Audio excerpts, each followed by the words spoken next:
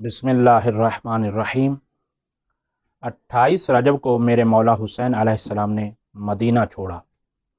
لیکن اس سے پہلے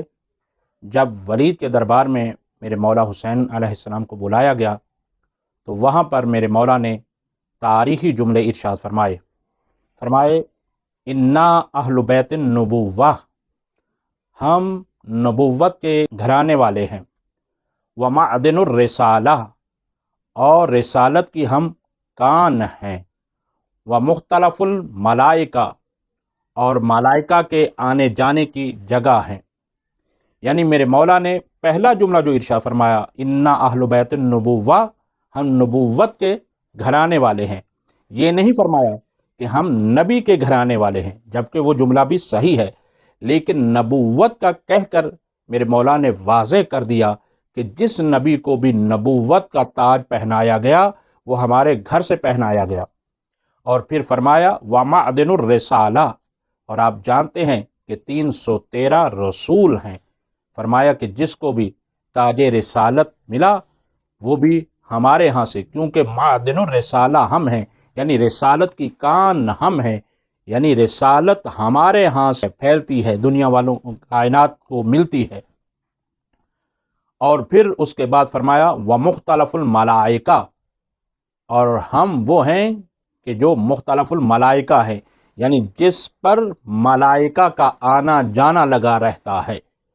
یعنی اس سے یہ پتہ چلا کہ آپ جانتے ہیں کہ ہر فرشتہ کسی نہ کسی امر پر مامور ہے، تو وہ فرشتہ جب ہمارے ہاں آتا ہے تو ہم چونکہ صاحبان امر ہیں، لہٰذا وہ اپنے امر کے بارے میں ہم سے امر لینے آتا ہے کہ ہم انہیں بتائیں کہ کائنات کے اندر یہ سسٹم کیا ہے اور کس طرح سے۔ اور پھر اسی طرح سے یہ ہے کہ مختلف الملائکہ ہیں، یعنی ہمارا گھر وہ ہے کہ جہاں پر فرشتوں کا آنا جانا لگا رہتا ہے،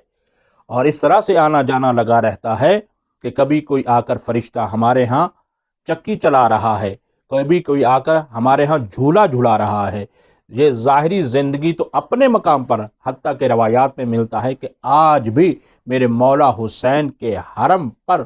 فرشتوں کا مختلف وقت میں آنا جانا لگا رہتا ہے، اور جو دن کو ہوتے ہیں وہ رات کو نہیں ہوتے، جو رات کو ہوتے ہیں وہ دن کو نہیں ہوتے۔ اور ممکن ہے کہ ایسا بھی ہو کہ بعض فرشتوں کو پوری زندگی میں ایک دفعہ موقع ملتا ہے، کیونکہ اتنا زیادہ فرشتوں کا آنا جانا لگا رہتا ہے۔ اور پھر اس کے بعد تاریخی ارشاد فرمایا ہے میرے مولا بنا فتح اللہ، میرے مولا حسین فرماتے ہیں بنا فتح اللہ، اللہ نے کائنات کی ابتدا ہمارے ذریعے سے کی، یعنی پوری کائنات میں پروردگار عالم نے جس کسی کو بھی وجود بخشا ہے وہ ہمارے ذریعے سے بخشا ہے۔ یعنی اگر دریاؤں کو روانی ملی تو ہمارے ذریعے سے، پہاڑوں کو بلندی ملی تو ہمارے ذریعے سے، اسی طرح سے ہواؤں کے اندر چلنا ملا تو وہ ہمارے ذریعے سے، پوری کائنات کا وجود ہماری وجہ سے ہے، اور اللہ تعالیٰ نے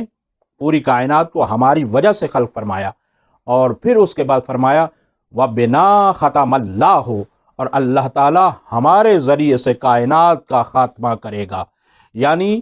ہر چیز کی ابتدا بھی ہم پر ہے اور انتہا پر بھی ہم ہی ہیں، یعنی خاتم النبیین بھی ہمارا ہے، خاتم الاوصیاء بھی ہمارے ہیں، اور خاتم الائمہ بھی ہمارے ہیں، اور اسی طرح سے اس کائنات کا جو اختتام ہوگا وہ بھی ہم پر ہوگا۔ تو میرے مولا نے اپنے معارف کو بیان فرمایا کہ ہمارا گھرانہ وہ ہے، اور پھر اس کے بعد جب اپنا تعارف کروا چکے پھر فرمایا کہ سنو یزید کون ہے؟ فرمایا یزید رجل فاسق، یزید ایک فاسق و فاجر انسان ہے۔ اور پھر فرمایا وشارب الخمر، اور وہ شراب کا پینے والا ہے، اور وقاتل النفس المحرمہ، اور نفس محترمہ کا قاتل ہے وہ، اور فرمایا ومعلن الفسق، اور علی الاعلان وہ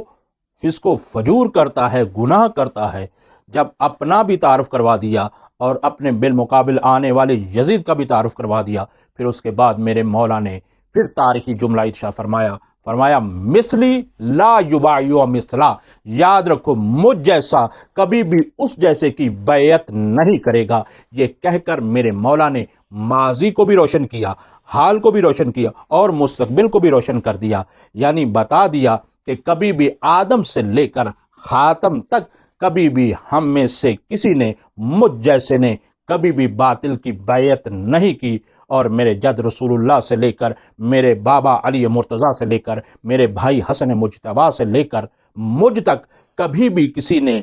دوسرے کی بیعت نہیں کی ہے۔ اور پھر اس کے بعد ارشاد فرمایا یاد رکھو یہ سلسلہ رکے گا نہیں، بلکہ تا طلوع قیامت مجھ جیسا کبھی بھی باطل کی بیعت نہیں کرے گا۔ اور پھر اس کا مطلب یہ ہے کہ میرے جتنے اولاد آئے گی، میرے جتنے فرزند آئیں گے جو امام ہوں گے، وہ کبھی بھی باطل کی بیعت نہیں کریں گے، چاہے وہ امام زین العابدین علیہ السلام ہوں، چاہے وہ امام باقر علیہ السلام ہوں، الی آخر ہی، یعنی آخری حجت خدا حضرت امام مہدی علیہ السلام ہوں، وہ کبھی بھی مثلی لا یبایع مثلا، مجھ جیسے ہوں گے تو اس وجہ سے وہ کبھی اس جیسے کی بیعت نہیں کریں گے۔ بس یہ وہ تاریخی خطبہ ہے جو میرے مولا نے مدینہ سے چلتے وقت ارشاد فرمایا۔ اور پھر اس کے بعد جب دربار سے واپس پلٹے ہیں تو دروازے پر ماں کی طرح چاہنے والی بہن کھڑی ہوئی۔ پوچھا بھیا کیا ہوا؟ کہا اے بہن اب یہ مدینہ ہمیں رہنے نہیں دیتا، بس اب سامان سفر تیار کیا جائے۔ اور اس کے بعد میرے مولا اپنے جد کی قبر مطہر پر آئے اور کافی دیر تک